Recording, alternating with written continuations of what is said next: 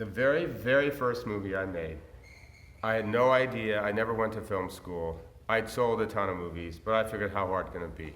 So, hi.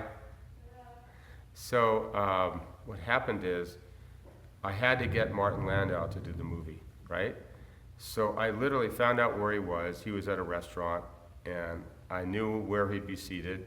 I said to the maitre d', I said, look, I'm picking up this check. And when he asks you, who did it, say it was that guy in the corner, and I sat at that same restaurant at the other table, and tell him I want to thank, just I want to talk to him. So he had lunch, picked up the check. It worked as I planned. He says to the waiter who paid, that was so nice that gentleman, he really wanted to say hello to you. So Marty comes over. I said, you don't know me, but I know you, of course. And I said, I'm making my very first movie. I've never made a movie before. We're going to the Philippines, and we're using the crew of Francis Ford Coppola used on Apocalypse Now. Here's the script, and if you agree to do the movie, I get funding. And if I get funding, I get to make the movie. And I said, I promise you one thing only, that I will make not only a good movie, but a great personal experience for your time. I will take care of anything you need. I will be with you 24/7, and I just pretend I'm your butler.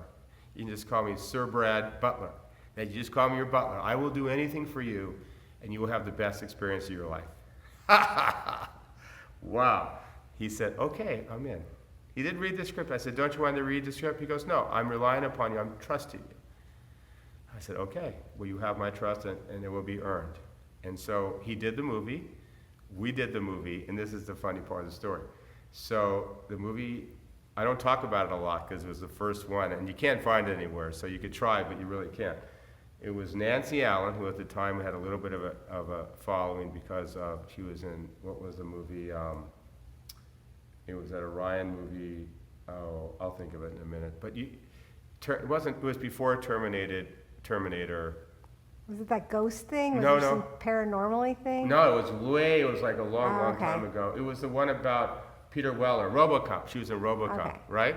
And Ted Shackelford, who was a TV guy, nobody heard of him. And Gina Gershon and a couple others. And so we were in the Philippines, and we had about 3 days to go before the movie was over. And we had to go to a lake, and it was about an hour out of Manila, the lake. Actually, it was 3 hours out of Manila, but if you took a different road, a more direct road, it was a quarter of the time. It was like nothing. But we were told by everybody that if you took that road, it was dangerous because there were a lot of communists, they called them, but they were really anti-government people that were trying to take down the government.